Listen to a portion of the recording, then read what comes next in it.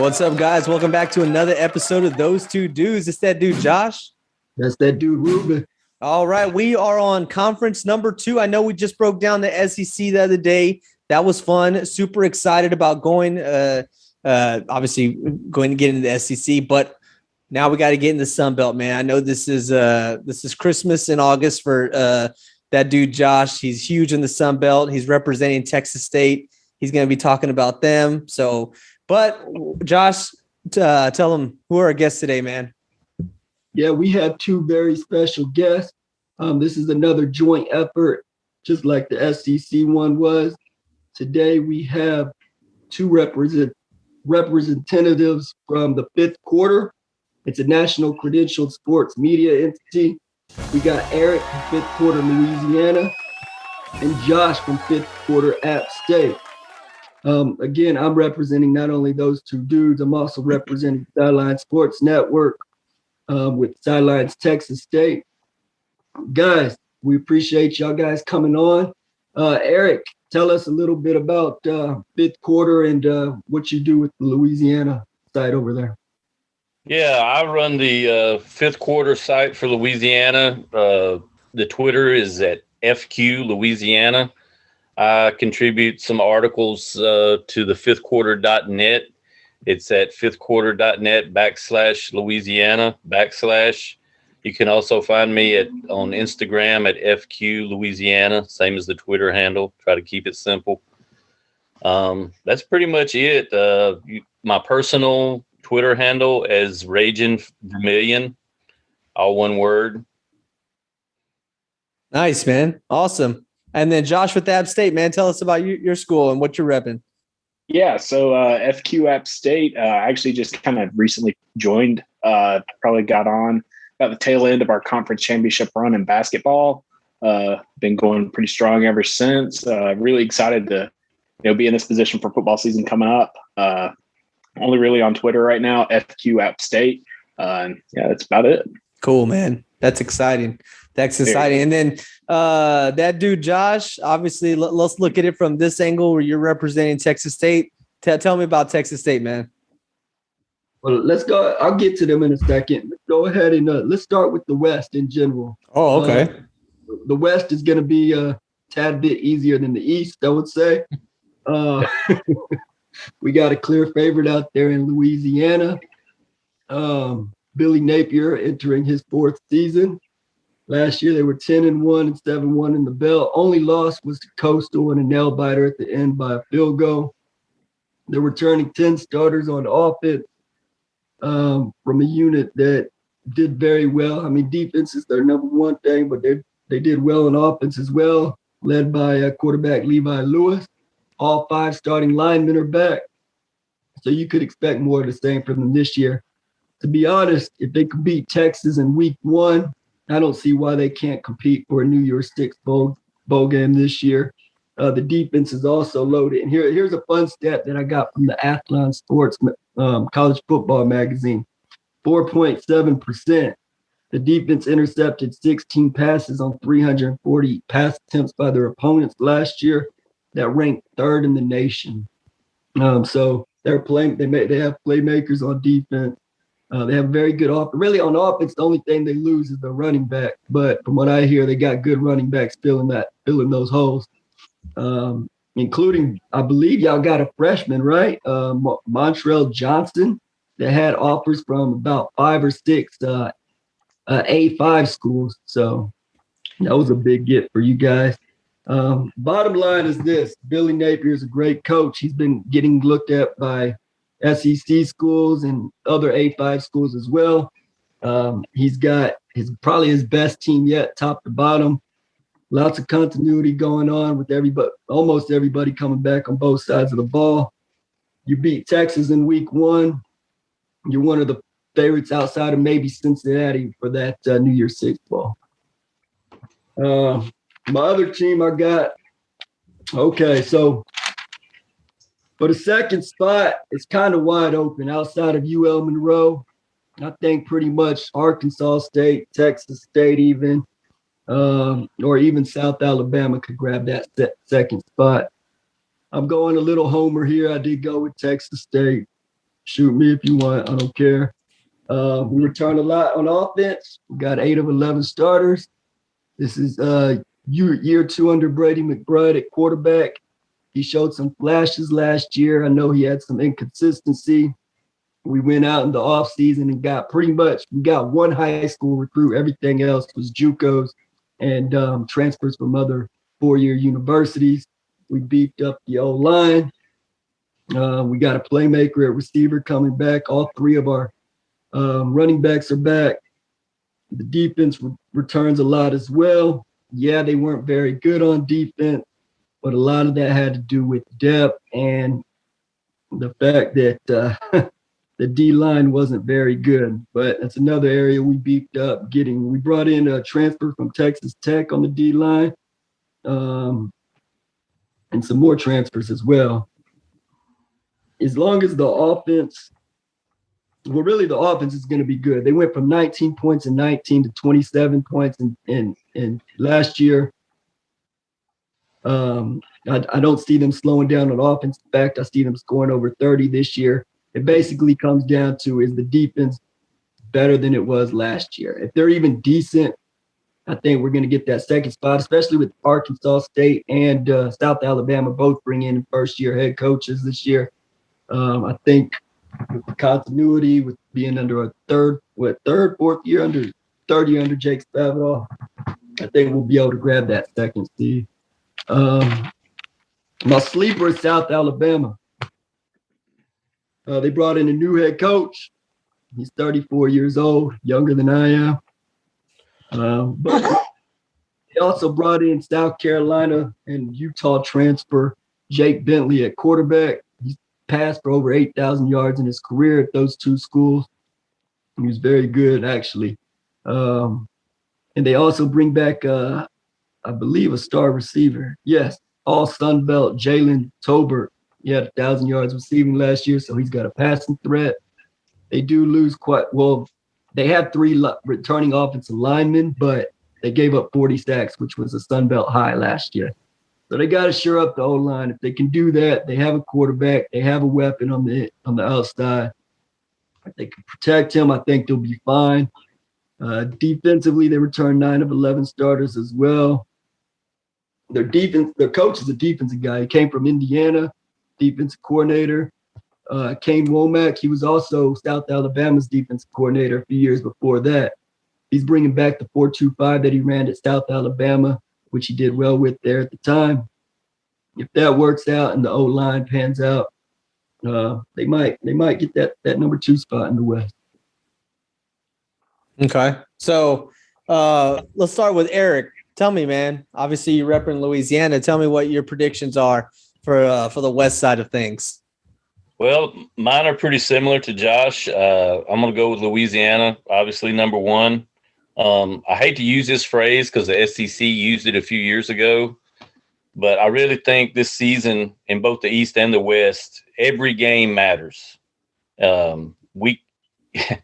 There's very little difference in a lot of these teams, especially, when you get away from Louisiana, App State, and Coastal. All the rest of them are very similar. And who would have guessed last year that Coastal would have jumped up like they did? Nobody. Mm-hmm. But for me, Louisiana, I think, wins the West. I've been a fan of Louisiana since 1994, and I don't remember a time where we have had so much talent and depth across the board, pretty much at every position. With that said, I think our offensive strength is going to be the line. Like Josh said, we return all 5 starters, but it's not just the 5 starters. We have a lot of experienced depth. We have a transfer from ULM that come in. We have a lot of players that played last year that are backups, that it's pretty much plug and play on the line. And I guess if our offense had a question mark, like he said, it's the running backs. Mm-hmm. We lost Elijah Mitchell and Trey Regis to the NFL, but we returned Chris Smith, who was our 3rd option at running back last year, but he still did a good job in the limited time that he got, and he was also All-American kick returner. He looked really good in the spring game. We have a Amani Bailey, who was behind him, who didn't see much action last year. Nobody besides Smith and Mitchell and Regas saw much time at running back last year. Yeah. So I guess if we have a question mark, that's it. There's talent. It's unproven talent. And Montrell Johnson almost signed with Arizona, the running back Josh mentioned. We also have Kendall Williams, who's right there in Karen Crow, which is north of Lafayette, who had an offer from Iowa. I think they made a late push. So will those guys see the field? I don't know. But I think behind Smith at running back, those two guys of the freshmen had the potential to see the field. Wide receiver was a question mark last year. We had a lot of youth. All of them gained experience. So that should definitely be better. Defensive strength, linebacker. We return Lorenzo McCaskill, who was our leading tackler. Braylon Trahan, safety. And Zion Hill on the defensive line. Those are our top three, in my opinion, returning defensive starters. Potential breakout players, Kyron Lacey, Peter LeBlanc, Chris Moncrief. And impact freshmen, besides Johnson and Williams, we have Jamarian Peterson, who was also held an offer from Arizona. Mm-hmm. Who, if any freshman on defense sees the field, I think it'll be him. He's a monster. So, and kind of like Josh, I'm going to go with Texas State as my number 2. I know a lot of people are predicting Arkansas State, but Texas State lost 6 games last year by 10 points or less. I've been saying this on Twitter for months, since March. They are going to be better than people think. And all these transfers, whether they're JUCO or from other schools, I think that's going to improve the depth. Mm-hmm. Will they be great? I don't know. But I think they're definitely going to be improved, and I think they're going to be improved enough to be number 2 in the division. I guess calling Arkansas State a dark horse when most people are predicting them number 2 sounds ridiculous, but I think they are the dark horse of the schools in the West. But I just something in my gut is telling me Texas State is the team to watch in the West this year behind Louisiana. And if there's any slip-ups, they could sneak up. Okay, well, that's music to Josh's ears there. Tell me, Josh from App State, man, what do you think about the West this year? Yeah, I mean, Eric said it's, every game matters. In the West, I can't really agree with that. Louisiana, I mean, they are clear and away the favorite. I think they could even still lose a game or 2 in conference. I think they'd be fine. They're still going to the conference championship no matter what. The West, it's unless, Butch Jones is able to turn around Arkansas State, they're the only ones that can really push for it, in my opinion. Texas State, they are probably on the up and up. Bringing in all these transfers and everything, it could be good, could be bad. Just depends on how everything meshes. Very interested to see how that plays out, because that will be very interesting to watch. I mean, I think Eric also said, they lost 6 games by 10 points or less. I mean, it could flip the other way this year and they could have a knockout year. But definitely Louisiana Lafayette's absolutely going to the conference championship for the West. And I've got Arkansas State, being number 2. Butch Jones, he's a good coach. He's got a couple years under Nick Saban now, being in Alabama. And I think, some of that magic might rub off. We'll see how that goes. Cool, man. And you got any dark horses out of the West? I mean, I hate to say it. I do think Arkansas State, they went 4-7 last year. They probably lost some games they shouldn't have. I'm going with them as a dark horse. I think they'll probably flip that around. They could go 7-4 this year. Sweet. Okay. Well, Josh from App State, I'm with you, man. I think, I know Eric and Josh, that dude Josh, were talking about how, it'd be a close division, picking Louisiana. I think it's a runaway. I think Louisiana takes this division, even with the tough schedule that they have. They're going against, they're playing App State this year. They got a game at Texas, and they're playing Liberty too. So these are all tough games, but conference wise, aside from that App State game, I think they're going to run away with this division, to go to the conference championship game. I think that dude Josh was kind of getting overzealous over there, talking about, well, if they beat Texas week 1, they can get to the New Year's 6. Yeah, that's a big if, the huge if. Yeah, of course. So anyway, but yeah, I have Louisiana. Like you said, I have Arkansas going too. But the dark horse that I have is, I think it could be Texas State, mostly because Spavital, he's on the hot seat. And so he has to do something on this year in the West, or he's gone after the season. So, we'll see. I think they're either going to be a dark horse and make some noise, or he's not going to be the head coach of Texas State next year. There's no gray area there.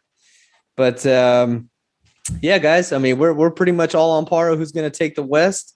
Let's jump to the East now. One more thing on the West. I'm going to say that I know Josh from App State, you like Arkansas State. One problem with them is their schedule. I don't know if you checked it out, but it's pretty brutal. I'm not as familiar with theirs. Yeah. They start with Central Arkansas, which should be a win, but then they got Memphis, Washington, at Tulsa, and then Georgia Southern, Coastal, and Louisiana. I mean, at best, I see them starting 2-5, possibly 1-6.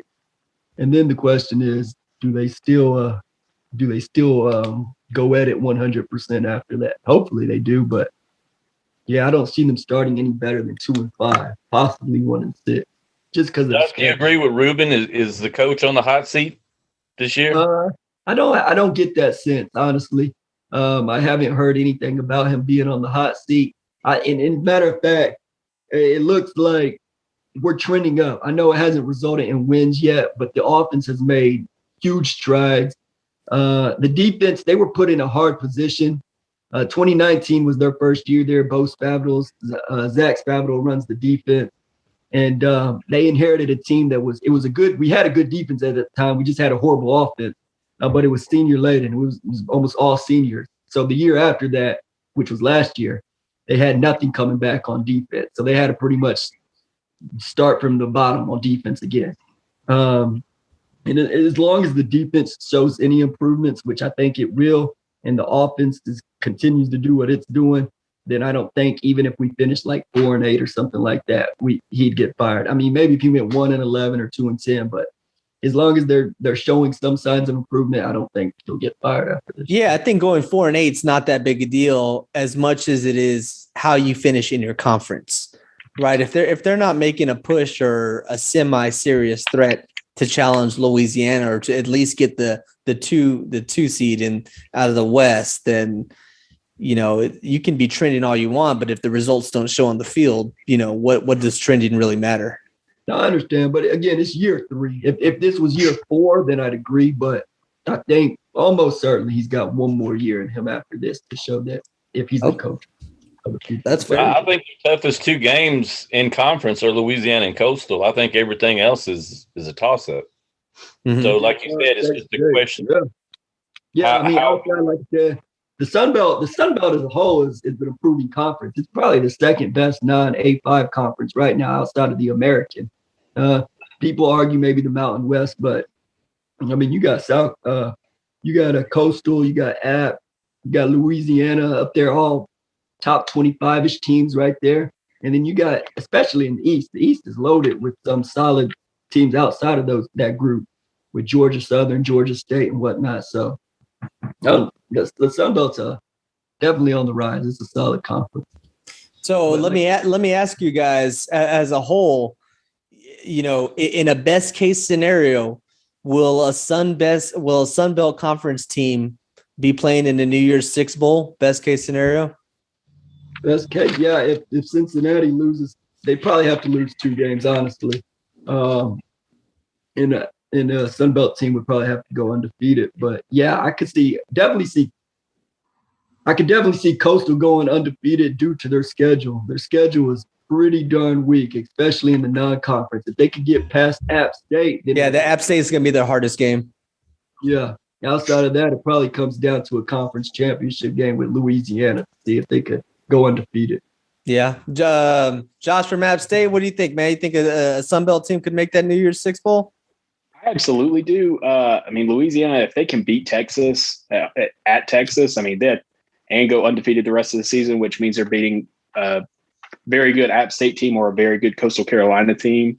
I think that definitely would and should put them in over Cincinnati, even in my opinion, even if they went undefeated. That win at Texas would be huge, and I'm very excited to see that game. But also, I mean, if App State can beat Miami and then they win the conference as well, if we can beat Miami, then more than likely we will win every other game, in my opinion, not to be a homer or anything. But, I mean, good Lord, a 12-0 team 12-0 team that beats Miami, I think that should also be in the conversation for it. Yeah. Yeah, absolutely. Eric, what do you think, man? You think Louisiana could make a push or somebody else for that New Year's Six Bowl? I kind of agree with Josh. I think Cincinnati would have to lose a couple of games, and I think whatever Sunbelt team it is would have to go undefeated.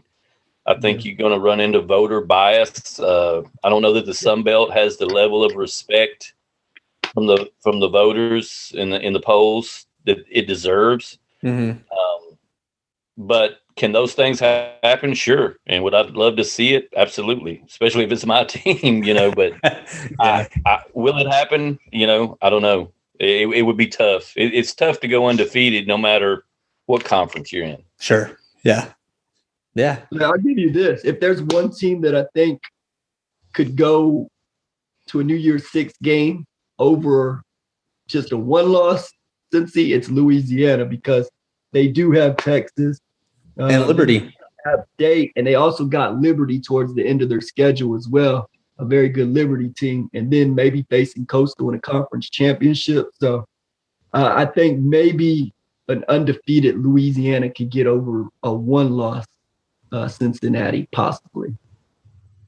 Perfect. Outside of that, I think they'd have, Cincy would have to lose 2 games for anybody else. Cool. Well, let's move it now to the east side of things. That dude Josh started off, man. What do you think? So I was going a little bit back and forth with my number one team outside of and in the East between Coastal and App. I went with Coastal because they have the most coming back and their schedule's the easiest. So they returned 9 starters on offense, 10 on defense. They got pretty much everybody back. They lose 1 big-time player on both sides of the ball. That's it. Their running back, and then I believe their defensive end or I forgot, one of their players went to the NFL on the defensive side, but they returned 10 starters, including star quarterback Grayson McCall and his 2 go-to guys, Healy and Likely. And they also got all 5 starting offensive linemen back. They're loaded. They were 18th in scoring offense last year, 25th in total offense, and 19th in scoring defense, and 31 in total defense. Another coach in the Sunbelt that is getting looked at by some A5 schools, Jamie Chadwell. He's done a remarkable job with this program, who's only been FBS for, I think, 4 years now, since 2017. If they can, again, I said it earlier, if they can get past App State, I could see them. I do see them going 12-0 in the regular season. Then it would come down to that conference championship game, or possibly a New Year's Six bowl. Then I went with App State. I really like, basically, App State is probably, them in Louisiana, I would think, are probably the 2 biggest brands in the Sun Belt right now. App State went 9-3 last year. I think that would be considered a down year for them, which is incredible for pretty much everybody else. As a Texas State fan, that'd be amazing. They lost a lot of close games last year. They were without one of their go-to receivers. He's supposed to be back this year. And Corey Sutton. They also got another nice receiver in Thomas Hennigan and a good running back in Cameron People. Question marks for them are at quarterback and their offensive line. Their offensive line only returns 2 starters. They lost the 3-year starter in Zach Thomas at quarterback. They do bring in Chase Bryce, the former Clemson backup, who did well for Clemson behind Trevor Lawrence when he was hurt a couple years ago. However, he went to Duke last year as a starter and threw 15 interceptions. So the question really becomes, can they patch up the O-line, and can Chase Bryce be the Chase Bryce of Clemson and not the Chase Bryce of Duke? If so, their defense is loaded. 9 of 11 starters back from a defensive unit that I think they were 18th in total defense last year. And they're supposed to be one of the top non-A5 defenses again this year, maybe them in Cincinnati. So their defense is stacked. Again, comes down to the quarterback play and the O-line play. If those two things work, they can also compete for one of the New Year's Six bowl. So because they are that loaded on defense. And again, it's a very good program. They've been good year in and year out for years now. So I'm going with them number 2 right behind Coastal. I think another reason I went with Coastal, if I'm not mistaken, I think Coastal, they might have a bye week for that game. I'm not sure. Yeah, it's 13 days off before App. Right. Okay, that's what I thought. Okay, Coastal got some bye week between that game and App State. So that's another reason I went with them. My sleeper team is another team that I think is really well coached. And they're not where the App States are and the Louisianas are yet. But they started lower. They started in the basement, basically, and that's Georgia State. I think Sean Elliott's done a really good job with that program. They've been to a bowl game 3 of the last 4 seasons. They returned all 11 starters on offense from an offense that was 40th nationally last year, so pretty solid on offense, and everybody's back.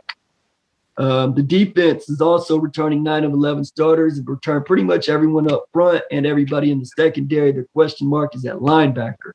They only returned 1 starter, and they lost their star linebacker who transferred to South Carolina, Jordan Strachan. I don't know if I'm saying his name right, but he led the nation with 10.5 sacks last year. So the question marks at linebacker for them. If they shore that up, I think they'll be in a bowl. It's a tough situation that they got to deal with both Coastal and App State. But outside of that, I think they're probably that 3rd team. The East is very good in the Sunbelt. But I think I like their coach. I think it's his 5th season there. He had them in the bowl game 3 of the last 4 years. They went 6-4 last year. So I'm rolling with them as my sleeper. Okay, cool.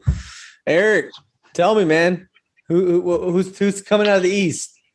I think it's going to be close. The whole division is tough and right there close together. And I know Coastal fans will say I have a bias that I'm picking App State to win the division, but I don't.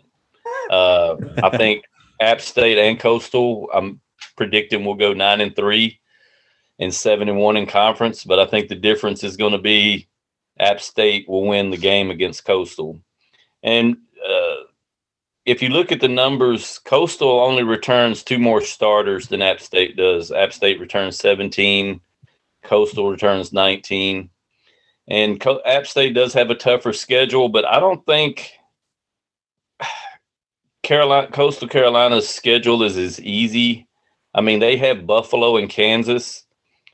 I'm anxious to see what Kansas does under Leopold, and he was at Buffalo. So if Buffalo is improved, that's how he got the job. So I don't think it's going to be no cakewalk. And I guess another reason I picked App State is they have consistently been a winner over the past 10 years, and Coastal was last year a fluke? I don't know. They had a damn good season. I mean, that can't be disputed. But I want to see it again before I pick them to be the favorite. McCall is obviously a great quarterback. I'm hoping he has a sophomore slump this year. And I'm glad that they lost their running back, Marble, whatever the hell his name was. I'm glad he left. But and like Josh, I think my sleeper would be Georgia State. I really like Cornelius Brown. I know he had a lot of turnovers last year, but again, he's a young quarterback. I think Georgia State is well coached, like he said. I wanted to say Georgia Southern, but they they lost their quarterback who transferred to Louisville, and then the quarterback they got to replace him is now out for I think it's the first 2 games for academics or something. Oh, really? I didn't know that one. Okay. I think App State, if the question for me with them is the quarterback, if Bryce can be, like he said, the Clemson quarterback that played well, I think they're going to win it. And if he can't, I think Coastal's going to take it. But my prediction is App State. Okay. Josh from App State, break it down. Tell us everything, man. All right. Well, obviously, yeah, I'm going to be a homer. I'm picking App to win. I think that last year was about the most disappointing 9-3 season that a team can ever have. I saw a lot of message boards that were saying that we need to look into changing coaches after a 9-3 season, which that's a luxury to have. It's great to be here. And, a lot of people are saying, we're having a lot of line turnover this year, which we are, but I'm not too worried about that part. We churn out great offensive linemen year in and year out. We've had a 1,000-yard rusher in, I think, 9 seasons in a row. I think we lead the country in that maybe, or we're one of the best in that. You don't get that by not being able to crank out good offensive linemen. One of the transfers we brought in from Western Carolina, he's done very well. I've seen some tape on him. Very excited to see how he fits in. Bear Hunter, who's moving into the center position, he not only has the best name in college football, he's a great lineman, and I think he's definitely got the aptitude to switch to center and not have an issue whatsoever. Our best wide receiver, he is coming back. He opted out last year. Corey Sutton leads the Sunbelt in touchdowns since 2018, and that's even without playing last year. Has only played 22 games, still leads Sunbelt in wide receiving touchdowns, which that's going to be phenomenal to have back. I think a lot of people don't realize that when we played Coastal, we only had one wide receiver who was on scholarship for that game. And, we had a lot of injuries as well. We were winning at halftime in that game, which unfortunately isn't a stat that people keep track of. But I definitely think that we have got a very tough schedule with how things have been kind of planned out. We've got Georgia State, and then 10 days later, we've got Louisiana. And then 8 days after that, we've got Coastal. That's going to be a buzzsaw. But if we can make it through that, I definitely think, we will be – I think if we can win all those games, we've got the title locked up. And, I mean, the biggest question mark, obviously, it's going to be Chase Bryce. But the good thing is, with the amount of wide receiving weapons that we've got, and if we can stay healthy, he just has to play competent. He doesn't even have to play good. He just has to get the ball out and not have as many interceptions. I think will be great. It's going to look a little bit different this year. Without having as good of a mobile quarterback as Zach Thomas was. Chase, he'll snap off a 20-yard run, but he's not outrunning anyone like Zach Thomas could. So I think we will be a little bit more, not necessarily limited. It's just going to look a little different. I think we'll probably throw a few more screens than we have in the past. But he's going to have a lot better running back group and I think offensive line group than he had at Duke. I did what nobody else wants to do. I watched 4 full games of Duke football over the summer just to see, kind of what the issues were. And man, he got 8 alive. His line was full of holes. I've never seen 3 men be able to get so much pressure against 5 on Duke's line as easily as they could. So I think he's going to be in a better situation. When he gets on a roll, he can really throw the ball. I'm really looking forward to see what he can do. But I've got a lot of faith in him. We've got some good freshmen coming in as well. So I think we're in a good situation. I really think that we can win this. Yeah, that's one of my things with Bryce. I was thinking, he was at Duke last year. He showed that he could be decent with good people around him. And I figured probably the lack of weapons and probably a not so good offensive line for Duke probably contributed to some of his poor playing. Again, that's really the big question mark. Like you said, App State always seems to have a good line. I've noticed that too. Typically, I don't like when teams return less than 3 starters on the O-line, but with App State, if that's one team that I feel kind of comfortable about, even though they only have 2 starters coming. So really it comes down to Bryce. And and then it just basically, I think it's going to come down between them and Coastal in that game. It's such a huge game. Talking about their line, they only have 2 starters returning, but both are preseason all Sunbelt on the line for App State. And then they have Peoples at running back, who's a great running back to be able to just hand the ball to. He is. Yeah, we are spoiled for having options. Datrick Carrington got injured last year. I think he'll probably be back. Maybe. I don't know if he'll be quite ready for the first game, but he might be close. But Cameron Peoples and then Nate Noel, who exploded on the scene last year. He's a young guy. He's doing fantastic. I'm very excited to see the future with him. But Cameron Peoples, there's no reason he's not going to be in the NFL. He's got the size for it. He's got the speed for it. If everything works out with the line, all the pressure is not going to be on Bryce staff to win games. So I really think we're in a good spot. I guess with Coastal, that's a lot of my question. That a lot of their skill position players are great. What about their line? We'll see.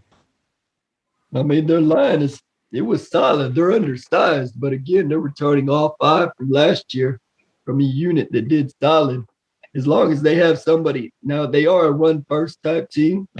But Reese White, he played a lot last year. He's not as really quick as the back they lost. What was his name? TJ Maribel. But so if they could kind of replace what he did, which isn't an easy task, he did have 1,200 all-purpose yards, then they'll be fine. They return, like I said, everybody else on offense. But that game with App State, they did win by 11, but it was a lot closer. I think they got an intercept pick 6 at the end or whatnot last year. Yeah, we fell apart there at the end, but that pick 6 actually made me lose a bet. I didn't cover because of that pick 6. So I was kind of upset. Anyways, yeah, that was a very good game. And I think they'll have a very good game this year too, which will decide the East Division. Yeah, it's exciting. I'm excited for it. Prediction wise for myself, I think,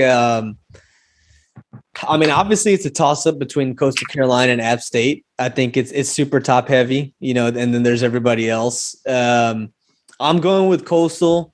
I think, like Josh said, they do have an easier schedule. I know they're playing Kansas. Eric, you talked about Kansas may not be a cupcake. I think it is. It's Kansas is definitely a basketball school.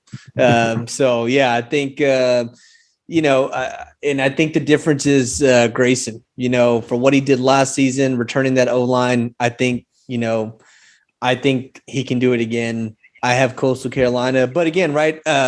This isn't a knock on App State because I think that's going to be the difference is their game, which happens to be at App State this season. So that's going to be the difference.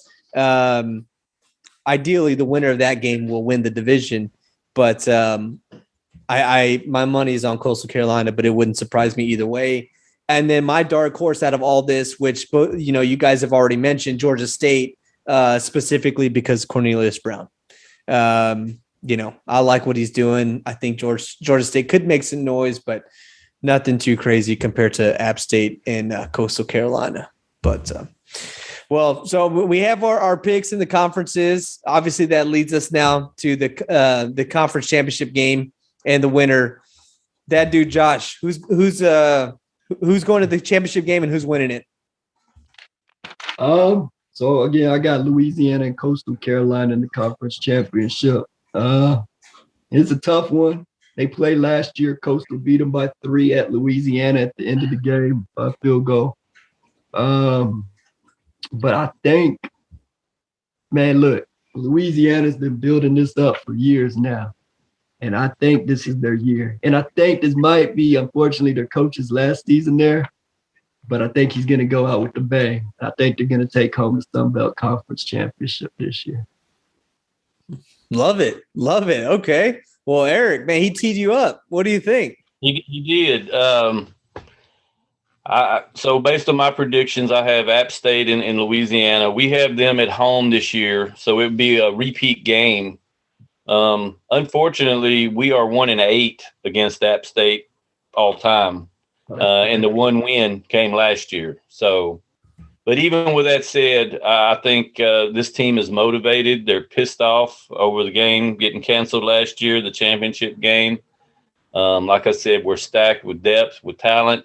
If the coaching staff, which has a lot of new members on it, can keep the players focused, and I think they can, I'm going to pick the Raging Cajuns to win the Sunbelt Championship. Love it. Go. Love it. That's 2 for 2, but something tells me Josh from App State will say otherwise. So tell me, man, what do you think? Yeah, I think at the end of this year, it is going to be App State 10, Louisiana 1, in that win-loss column. I think it's Louisiana for sure, and then App. I think we pull it out. I think we will make it to the conference championship. I think that the conference championship will be in Boone yet again, and I think we will win that game also again. I absolutely hate that Coastal and Louisiana aren't playing this season in the regular season. I'm not a conspiracy theory guy, but there's a little fishy that game's not happening. But yeah, I think it'll be. They get 13 days before the playing you guys. Yeah. Mm-hmm. Anyways, yeah, and then look at our schedule. But yeah, I think it's going to be App, it's going to be Louisiana, and it'll be App winning that again. Sorry, Eric. Love it. Love it. Love it. We might have to live stream and watch that game together. That'd be awesome. That'd be awesome. As long as you don't record it, because I can't be responsible for what I might say. So good. We'll put an R-rated label on it. No worries at all. And we'll throw it up on HBO Max or something, But, I got Louisiana and I have Coastal take meeting in the championship game. Man, I was torn. I have Coastal winning it, but I'm just not confident. I'm not confident on that pick, and I'm not even confident on Coastal coming out of the East. So it's definitely a love triangle between these three teams, and just nothing would surprise me. Nothing would surprise me, but my initial picks are Louisiana and Coastal, with Coastal taking it.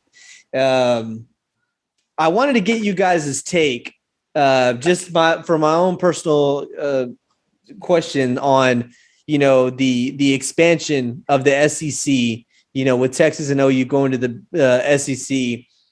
What do you think, if any, if that has an effect on the Sunbelt, and if it's good or bad? That's a tough question. So, it just depends what's next. Like, if the Big 12 could pluck some American teams, AAC teams, does the AAC go and pluck some Sunbelt teams? I don't know. Does the Sunbelt then become a more attractive? I don't know. I'm not quite sure what the TV deal is for the Sunbelt. I know they just got a new one. I know they just got a better one. I don't know how it compares to the American. I think the American brings in $7 million per team per year right now. I don't know. So I don't know what that would look like. Like, would the Sunbelt then become more of an attractive conference than the American if the Big 12 were to pluck some American teams? Would we then go and pluck a few American teams that didn't get plucked? Mm-hmm. So I'm not sure. I'm not sure if it's going to impact the Sunbelt from that perspective. Another perspective it could impact the Sunbelt is if they do what some people are talking about, where they do the 16 team power conferences, and then they kick the rest of the FBS to the curb. That's the absolute worst case scenario, and that would destroy a lot of FBS programs. So I'm hoping it doesn't go that route. I also think it's bad for college football as a whole. But it's just hard to say with only so far Texas and OU going to the SEC. The real question is what happens next. Yeah, for sure. Josh from App State. Any thoughts or opinions on that? Yeah. Well, first off, I think if Louisiana beats Texas, I think they're just tearing that contract up and it's done. They might even offer Louisiana to join the SEC after that. Who knows? And just kick Texas to the curb. And to be honest with you, I would like to see us maybe scoop a few of the Conference USA teams that are kind of at the top. I think that would probably be good. Maybe a little realignment for us would help, especially with some of these travel distances. I'd like to see a little of that. As of right now, I think the Sunbelt's really on the way up. And I would hate to see that kind of derailed by the AAC picking a few people up. Because we're in a very good situation right now where we're at. I mean, we had 3 teams in the top 25 last year, which that was phenomenal. And I mean, really, it's only getting better. If we can keep getting good scheduled games with, more P5 opponents or A5, however you want to say it, I think we're in a good spot. So I would hate to see that get derailed. And then if, like Josh was saying, if they make the super conferences and a bunch of other FBS get kicked out, that would not be good. I definitely don't want that to happen. Yeah, for sure. What do you think, Eric? Well, we talked a little bit before we started, Ruben. My fear is kind of like Josh and Josh's fear of this 16 team conference, and then the rest of us, I'm assuming none of us would be in this super conference structure, just kind of get kicked to the curb. And I don't think that's good for college football, not just because my school's one of them, but just not good for college football. Talking about the Big 12 is the key. What are they going to do? Do they pick some AAC schools? If they do, is the AAC more attractive than the Sunbelt? Depends on which schools they take. Just like most things, when I'm completely happy with something, it changes. The Sunbelt, other than the commissioner, is finally, after 20 plus years, strong across the board. I feel like in all sports. I mean, are we the best in the country? No, I'm realistic. I know that's not true, but we are definitely better than the MAC. We're definitely better than Conference USA. I think we're better than the Mountain West, but I'm just not a big fan. I mean, it's all about money. Would the Sunbelt team leave for the AAC? I think if the money was right, they will, no matter what school it is. Unfortunately, everything's about money when it comes to college sports now. Yeah. And look, both you and Josh from App State hit it best. It's about money. I think it could help if you added other teams from conferences, like you said, like Conference USA. I feel like if it is about money, teams like Louisiana, App State, and potentially Coastal, because they have a good baseball program also, could be okay. They could be picked from other conferences to survive in the FBS. I don't know what the contracts look like, or what the likelihood of the Sunbelt adding other teams from like the, Conference USA, or, kind of just cherry picking and maybe dropping some of their own. I don't know if that helps. I don't know. I'm not super well versed on the Sunbelt to know how well teams like Troy and Louisiana Monroe have. And, if it's worth kind of like, if it helps their conference to drop them to pick others, I don't know. I think, like Josh from App State said, Sunbelt is on the up and up. Having 3 teams in the top 25, that's incredible. That's incredible. I wish I would have done my numbers to see how many teams were in the top 25 in the Big 12, because my guess would probably be 2 or 3. I don't know that it was more than that. Also, a fun note, Sunbelt actually went 3-0 against the Big 12 last year. Yep. Yes, they did. Yeah. And just for those that don't know, that Louisiana Texas line, I think it's at like 9 points right now. Yeah. I think Texas is maybe like a 9-point favorite. So it started at 16, down to 9. Yeah, it's not out of the question for them to go in there into Austin and pull out dub. Well, we'll see. I'm excited, but I'm excited to see Sunbelt action this year. I really am. I know I give Josh a hard time about him being a Sunbelt lover and him being a Texas State lover, and always talking to me about Texas State football practices. I'd rather get a manicure and pedicure with my aunt than hear him talk about Texas State football practices. But I am excited to see this season. And for my money, I obviously have not been to all these stadiums, but from what I've seen, I think Appalachian State's football stadium. Yeah, let's rephrase how you said that. It's Appalachian. Appalachian. Oh, there you go. My go hear something about that. I think their football stadium has one of the most beautiful sceneries around it. It does. Yeah, we just got done with a big construction project too. It's looking good. Yeah. They took the track away and they added some seats right on one of the ends and whatnot. Right. Mm-hmm. Yeah. It looked nice from what I see. Louisiana too. I would like to go to both of those. Both seem like a fun atmosphere to be to be at on a game day. Oh yeah. So, but hey guys, super excited. Obviously, thanks a bunch for coming on today. Eric, tell us, where can we find you again? All your social handles? Sure. You can find me on Twitter at FQ Louisiana, and same as Instagram, FQ Louisiana. And then my personal Twitter is Raging Vermilion. You can also look for my articles that I submit when I have time to FifthQuarter.net, FifthQuarter.net/Louisiana to be specific, but pretty much all the Fifth Quarter stuff is pretty good. So y'all check it out when you get a chance. Sweet. Will do. Josh from App State, man, where can we find you?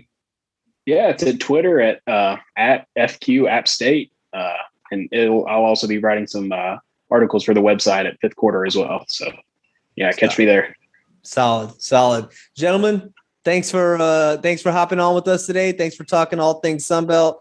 Like I said, if that App State Louisiana game comes on championship time, we're live streaming this. We're going to watch it together. Kid, I'm excited. Thank y'all for having us. Yeah, it was fun. Of course, appreciate it, guys. Of course, like always, like and subscribe at Those Two Dudes Podcast. We're on Instagram, Those Two Dudes YouTube, Those Two Dudes Spotify, also Those Two Dudes Facebook and Twitter. Like and subscribe, share with your friends. We just covered the Sun Belt. We got more conferences to come. We got a lot more to come before the season kicks off in, I think, less than 3 weeks now. But, hey, super pumped. Appreciate it, gentlemen. It's been that dude, Josh. That's that dude, Ruben. Like and subscribe. Push the button. Let's go.